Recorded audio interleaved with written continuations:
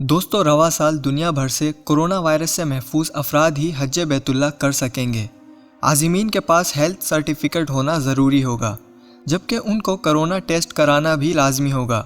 سعودی سفارتی ذرائع اور حج آرگنائزیشن ایسوسی ایشن کے چیئرمین شاہد رفیق نے بتایا ہے کہ رواں سال بھی حج بیت اللہ پورے اہتمام کے ساتھ ہوگا، تاہم کورونا وائرس کی صورتحال کے باعث عازمین کے پاس ہیلتھ سرٹیفکیٹ ہونا ضروری ہوگا۔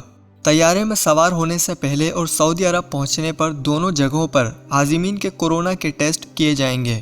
انہوں نے کہا کہ سعودی حکومت نے پاکستان سمیت کئی ممالک کو محض عازمین کے لیے رہائش گاہوں اور ٹرانسپورٹ کی بکنگ سے روکا ہے۔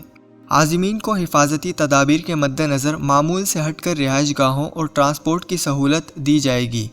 سعودی حکومت نے پاکستان کو حج کا معاہدہ کرنے سے نہیں روکا، بلکہ رہائش گاہوں اور ٹرانسپورٹ کی بکنگ سے روکا ہے، جس کا اہتمام سعودی انتظامیہ خود موجودہ صورتحال میں طے کرے گی۔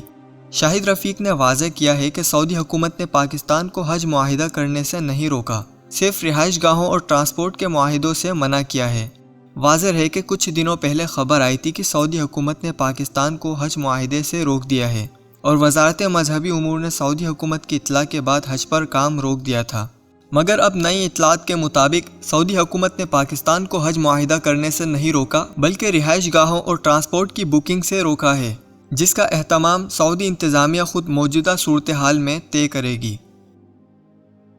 دوستو مزید اپڈیٹ کے لیے UCS TV کو سبسکرائب کریں اور بیل آئیکن دبائیے، اور اس ویڈیو کو لائک کرتے ہوئے اپنے جان پہچان کے لوگوں کے ساتھ بھی شیئر کیجیے۔